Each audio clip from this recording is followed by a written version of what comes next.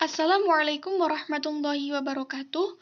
Perkenalkan, nama saya Nasihatun Niswa dengan NIM 21080666032 dari kelas Pendidikan Fisika 2A ingin menjelaskan tentang kelistrikan pada sel saraf manusia.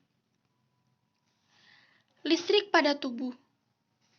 Pada dasarnya, semua fungsi dan aktivitas tubuh sedikit banyak melibatkan listrik. Listrik yang dihasilkan di dalam tubuh berfungsi mengendalikan dan mengoperasikan saraf, otot, dan berbagai organ sel-sel, di mana organ sel-sel mampu menghasilkan potensial listrik yang merupakan lapisan tipis muatan positif pada permukaan luar, serta lapisan tipis muatan negatif pada permukaan dalam, bidang batas atau membran.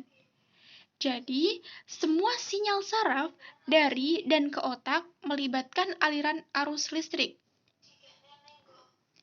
Kelistrikan pada sel saraf. Setiap manusia memiliki sistem saraf yang dapat mengontrol seluruh aktivitas tubuh. Contohnya gerak otot. Sistem saraf terdiri atas sel-sel saraf yang berfungsi untuk menerima, mengubah, dan mengirim rangsangan yang diterima panca indera. Tubuh kita dapat menunjukkan adanya gejala kelistrikan, khususnya pada saraf yang disebabkan adanya impuls atau sinyal pada sel saraf. Pertanyaannya adalah, tahukah kamu mengapa kita dapat merasakan sakit ketika dicubit? Jadi, tegangan atau beda potensial pada tubuh itu berbeda dengan listrik rumah tangga loh. Kelistrikan pada tubuh hanya berkaitan dengan komposisi ion yang terdapat dalam tubuh, bukan seperti pada kabel listrik yang ada di rumah-rumah. Coba amati gambar berikut ini. Di sini terdapat kerangka tubuh, di mana ternyata pada anggota tubuh kita terdapat aliran listrik yang menjalar ke seluruh tubuh manusia. Jadi, di dalam tubuh kita itu ada aliran listrik pada seluruh tubuh. Dan di sebelahnya terdapat gambar sel saraf, di mana impuls yang sama atau listrik yang sama dari ujung sel berjalan menuju ujung yang lainnya.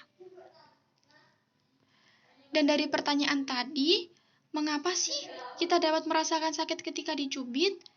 Dan jawabannya, ternyata rasa sakit itu muncul karena kulit kita menerima rangsangan berupa cubitan.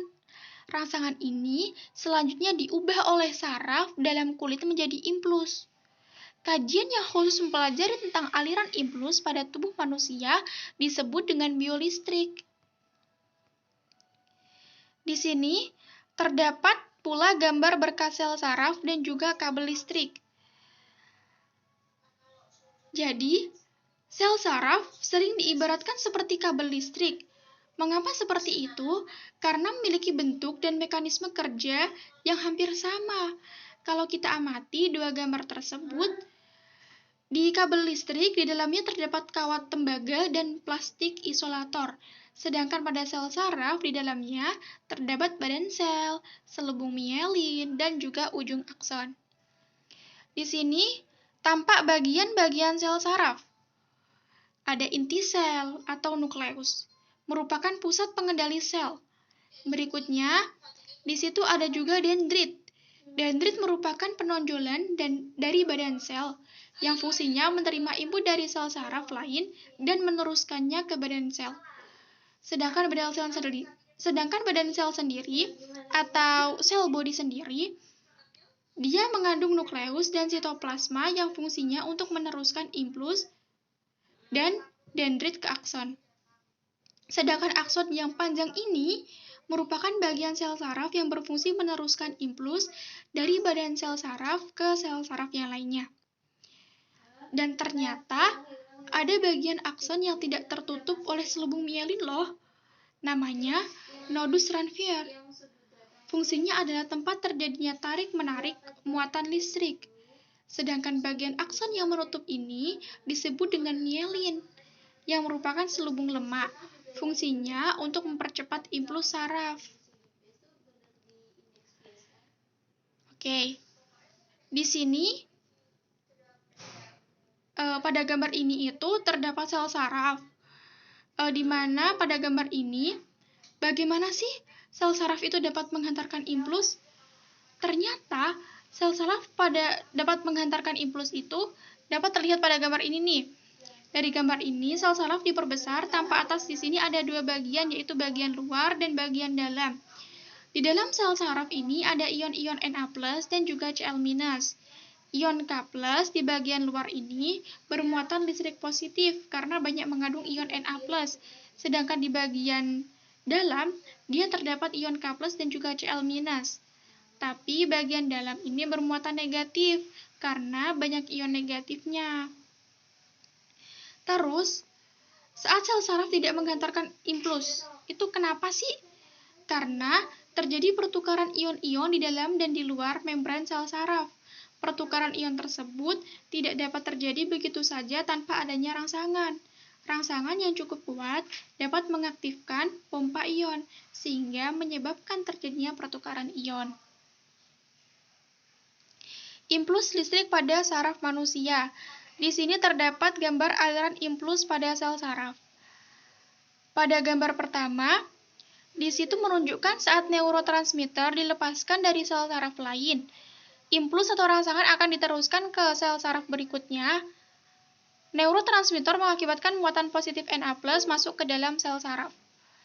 Lalu di gambar kedua, di situ ditunjukkan bahwasanya saat muatan positif Na+ masuk ke dalam sel saraf melewati membran sel, rangsangan listrik mengalir ke ujung akhir sel saraf. Di bagian gambar yang ketiga itu menjelaskan saat rangsangan telah mencapai ujung sel saraf, neurotransmitter akan dilepaskan kembali menuju sel saraf lain atau sel tujuan. Lalu, kita dapat amati dari gambar berikut ini. Dari gambar berikut ini, pertukaran ion Na+ dan Cl- jadi tampak keluar masuk atau out-in. Dan di sini juga tampak perubahan ion positif negatif. Jadi ion positif negatif ini adalah alur bagaimana terjadi pertukaran ion dan sehingga menyebabkan impuls itu berjalan dari satu sel saraf ke sel saraf yang lainnya. Seperti itu penjelasannya. Kurang lebihnya minta maaf. Wabillahi taufiq wal hidayah. Wassalamualaikum warahmatullahi wabarakatuh.